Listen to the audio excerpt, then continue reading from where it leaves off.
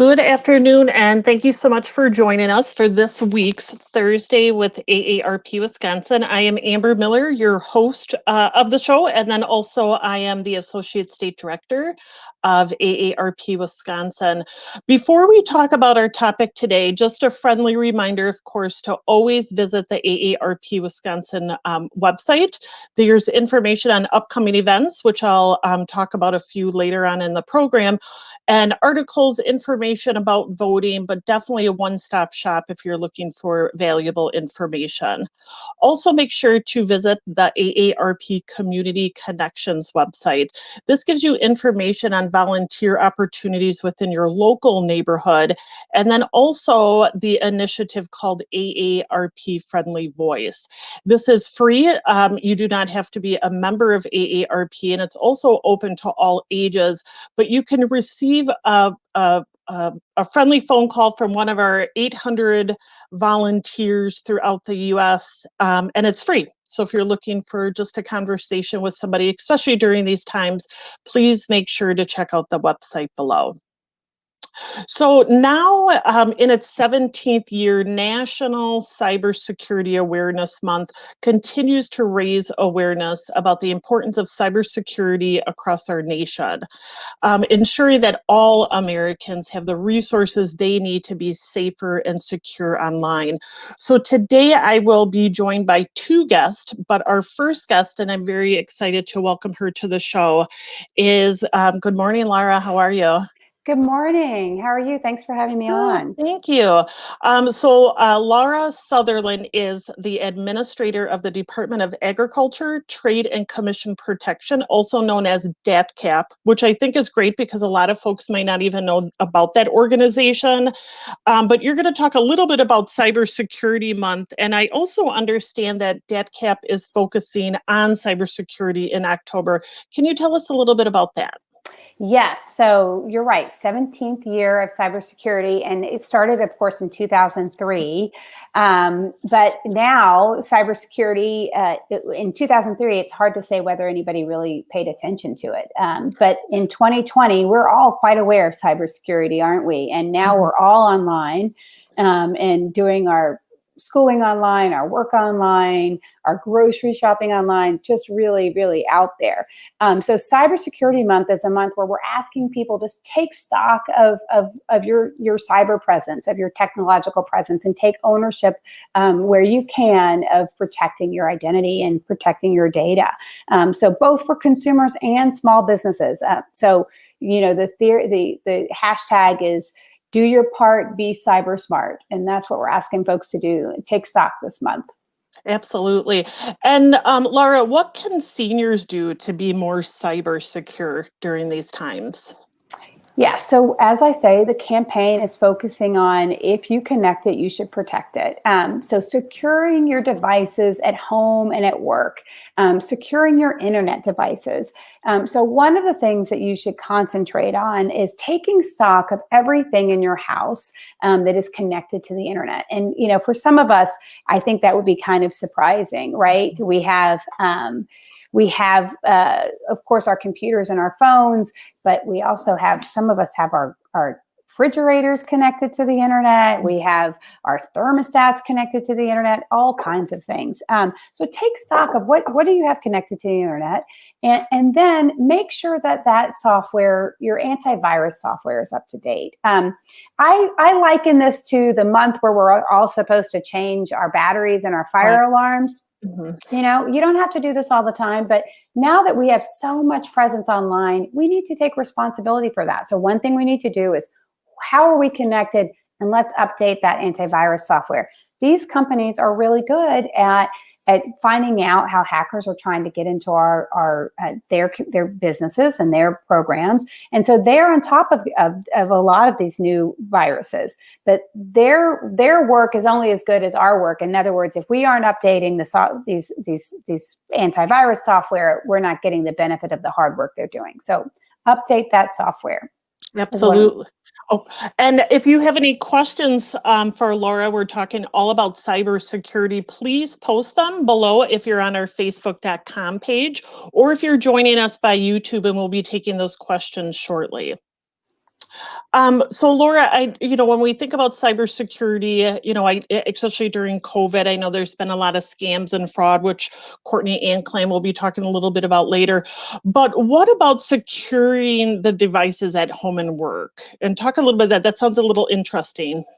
Right. So, one of the things that we're seeing a lot of is more phishing scams, and those are the scams that come into your your email box, your social media pop-ups, asking you to click on certain links to sign up for a program or get your information about voting, for instance. One of the things about being online more is that there's more information about us online. And so scammers can use that information to act like they're somebody else, to act like they're the government or some other entity that you trust. I keep using an example of a scam attempt we got at the agency where someone tried to get us to take a harassment survey, right? Oh. We have to do that. It's part of our job is update our harassment policies, but that was a fraudulent link because they were pretending to be our HR company. So you just have to be more vigilant, right?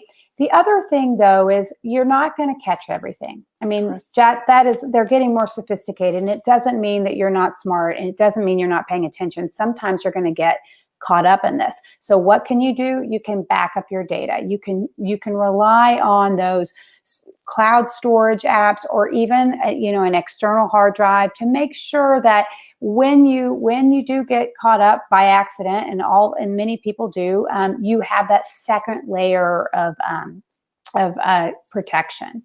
The other thing I want to talk about that's particular to seniors is a lot of these new healthcare applications. Mm-hmm. So we have apps that we can use that make it easier to, count our steps or that kind of stuff. But healthcare apps are asking for a lot of personal information, right? So, and they make it convenient, but they also are collecting data on you that you don't want to share with just everybody. Right. So be very vigilant about these healthcare apps. Make sure that you're using that you're not using them in public Wi-Fi, right? Make sure you're in a secure place when you're using them. Make sure you shut them down when you're done, that you don't leave them open, which makes them more vulnerable to hacking. And make sure that you're using apps that have two-factor authentication.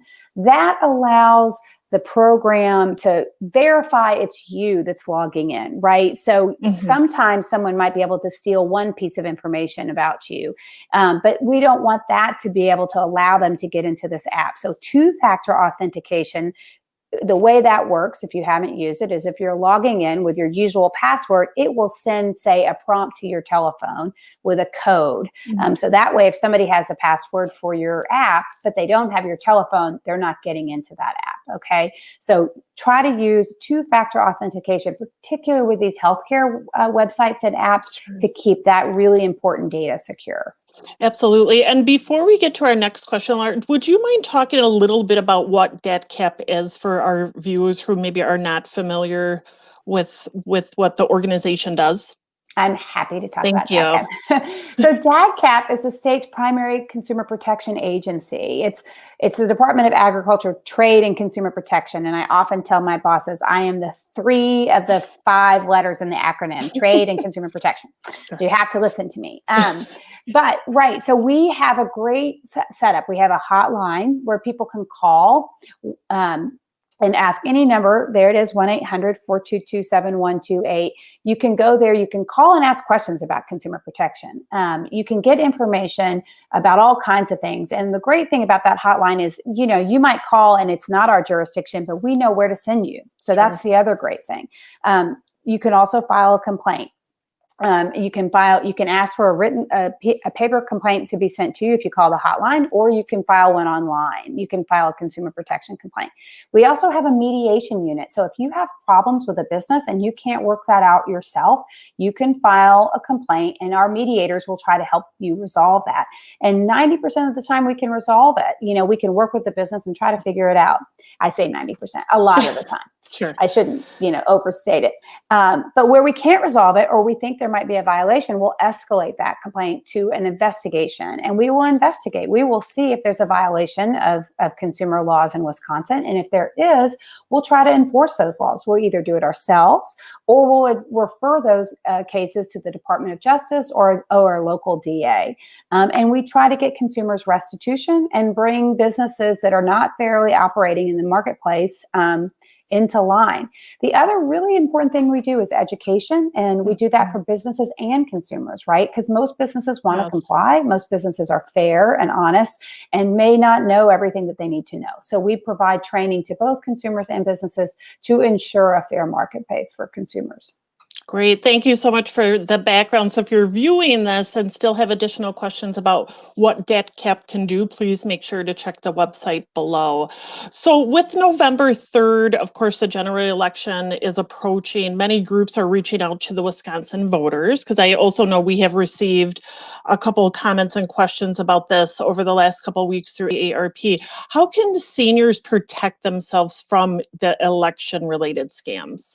So this is a great question. And if the only thing you hear me say today is to go to trusted sources of information, and in this case, that is myvote.wisconsin.gov. That's the most important thing. You're going to get barraged with information right now. There's a lot of misinformation, both nefarious and just people don't know what they're talking about. And it's there's a lot at stake in this election. A lot of people care. A lot of people want to hear what you think. So you need to make sure you're getting your information from a place you trust, and that is myvotewisconsin.gov. So let's just say that at first. In terms of the kinds of scams that you might run into, so of course, candidates and organizations want your money to help them run their campaigns. So when you're donating, you should make sure you're donating to where you want to donate. So if you get an unsolicited call from an organization or a candidate, one thing we know is people can spoof phone numbers. So if you have caller ID, that is not foolproof. That doesn't mean that that's actually the business or the candidate calling you. If it sounds like a legitimate organization and you want to donate to them, have that conversation, but hang up the phone and then go to their website and make sure it's legitimate. Do your homework before you start giving out any money, and certainly before you give out any information about yourself. So the best way to avoid it is to go to the website yourself. There's also lots of folks doing surveys. They want to know what you think about the candidates running and how you're going to vote. That's totally legitimate. They're entitled to do that.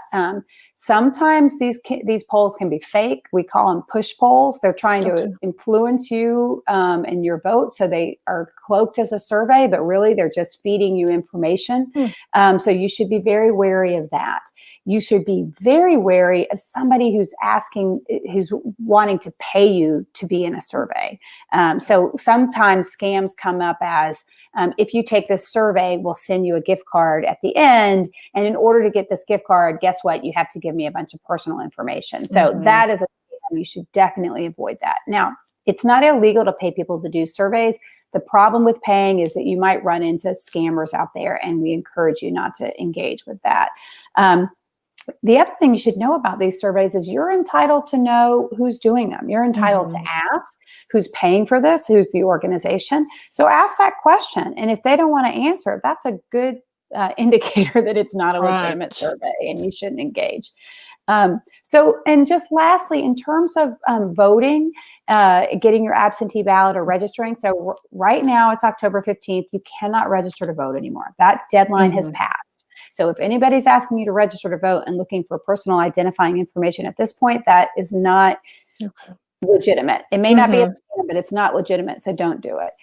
You can still get an absentee ballot. That is, the deadline for that is October 29th. So again, you should go to myvote.wisconsin.gov. If someone sends you an email with a link, don't click on it. If you have a social media pop up with a link, don't click on it. Go to that website and apply for the application there, and vote early. And vote in person if you want to early, but get out and vote. It's a safe election. It's important, and we encourage everybody to participate. And it's interesting you were talking about the phone number, because I've noticed that a lot of scammers or phone calls, related to like robocalls, all have local phone numbers now. Yes, there are ways in which they can spoof local phone numbers. They have the local exchange that makes it sound like you make it think, oh, you know what, this could be a legitimate phone number, but in fact, it's just trying to trick you with that local exchange. That's a great observation, and we encourage you, if you are getting those scam calls, to call DCAP, because we do track those numbers. We provide them to the FTC, and those numbers are put together to get blocked by our carriers. So it does bring down the number of scam calls. And since I have you, I have one more question that I was thinking while you were just saying that, and I'm thinking other viewers might also have this question: the do not call list. Yes. That used to be a thing, or it is still a thing. And if people are getting harassed by, an organization that, they've told several times maybe not to call them, what advice would you give? Well, you should definitely engage in the do not call list. And if somebody's calling you as a scammer, that would be a violation of the do not call list. What I will say is, these are people who are trying to steal your money. So they're not deterred by the do not call list. And the fact that you're on it is not going to impact the number of scam calls you're getting. And so I think there's a disconnect there sometimes for consumers, that they're saying, I don't want any more scam calls, so I'm going to get on the do not call list. Those scam calls are illegal. And those people who are doing it don't care about the do not call list. Correct. So, but get on it, because it does bring down legitimate businesses who you don't want to call you during your dinner hour. And it also gives us a way to go after scammers, because it's a violation. If you want to bring down scam calls, there are a number of apps out there that you should download that can help you limit those calls. Not answering them helps limit them. And also, you should talk to your carrier, because there was a federal law passed last year called the Trace Act, and it required all carriers to authenticate incoming numbers to the best of their ability. So if you're getting a lot of calls, that means your carrier is letting them through, and should not be. And so if they can stop them, they should. So call them and say, look, I'm getting all these calls, and see what they can do. Great. Thank you so much, Laura. We're going to bring Courtney from AARP Wisconsin on, but if you could just hold on, we're going to bring each other. Yep, this will even work too. So good afternoon. So Courtney Anclam is our the AARP Wisconsin Senior Program Specialist, and thank you, Courtney, for once again bringing this topic to the forefront. So how is AARP fighting fraud? So AARP kind of works in conjunction with organizations like DCAP. So Laura's organization does a great job, like she talked about, with mediation and kind of going after those scammers. We kind of work more closely with them on education and outreach. So we have teams of volunteers across the state who, when we're allowed to go talk to people in person, will go and do presentations in their community. And we also have this website, aarp.org/Fraud Watch Network. And that's a great resource for people, whether they're an AARP member or not. That information's there for everyone. And so we're really just trying to educate people so that they can spot the signs of a scam before they become victims. Absolutely. And I have been on that website numerous times. I do have to say there's really great articles and tips and tricks, and also podcast. So if you're looking for something to kind of break up your day, but also, learn a little something about Fraud Watch, definitely that website will give you great information. And Courtney, what resources do we have for people who maybe aren't online? Yeah, so in addition to the website, we have a helpline, which is manned by trained volunteers, and that number is 877-908-3360. So you can call that helpline if you just feel like you might have been scammed and you're looking for confirmation and you want to know your next steps.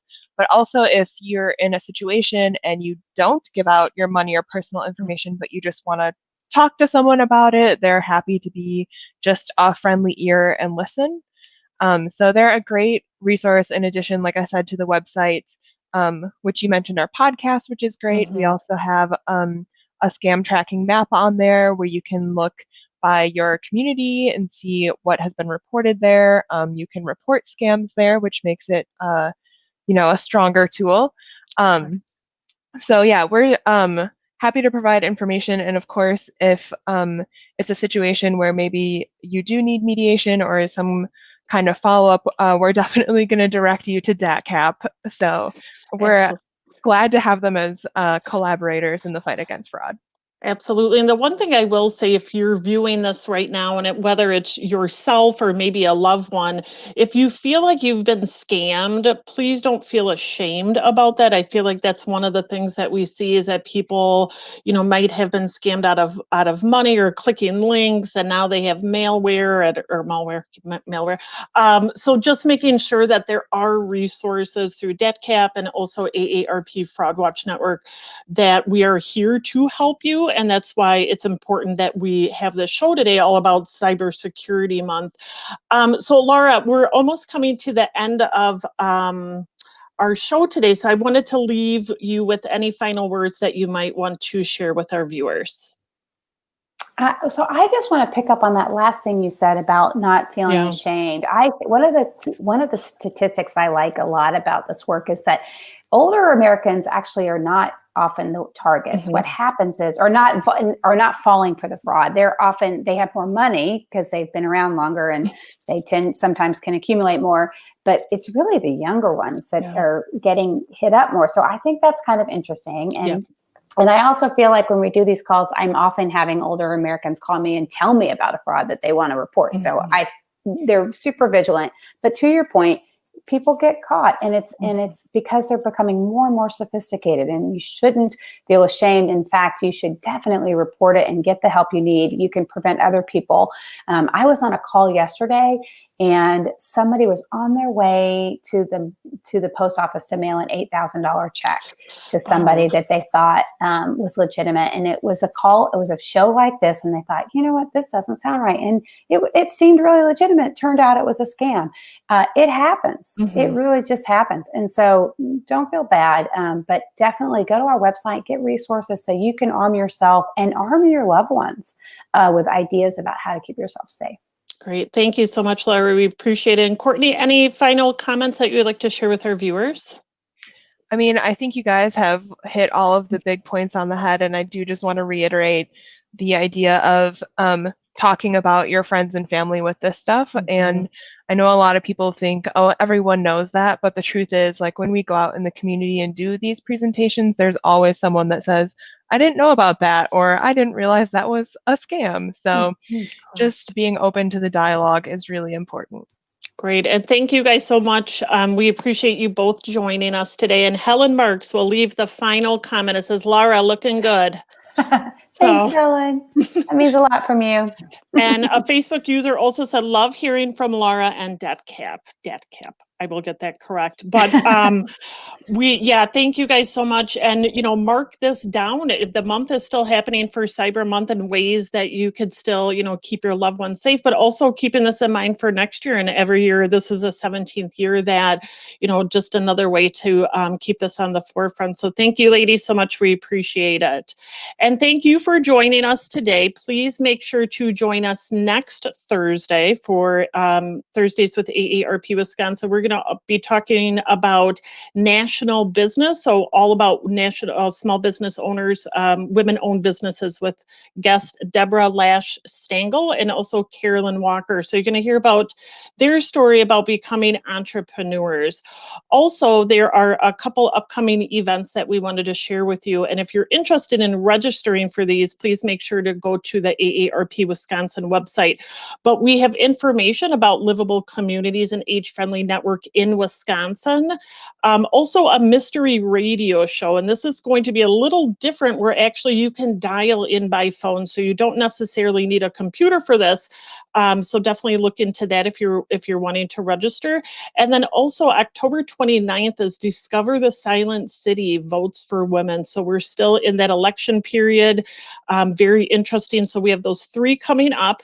You could go to the AARP Wisconsin website to register for those.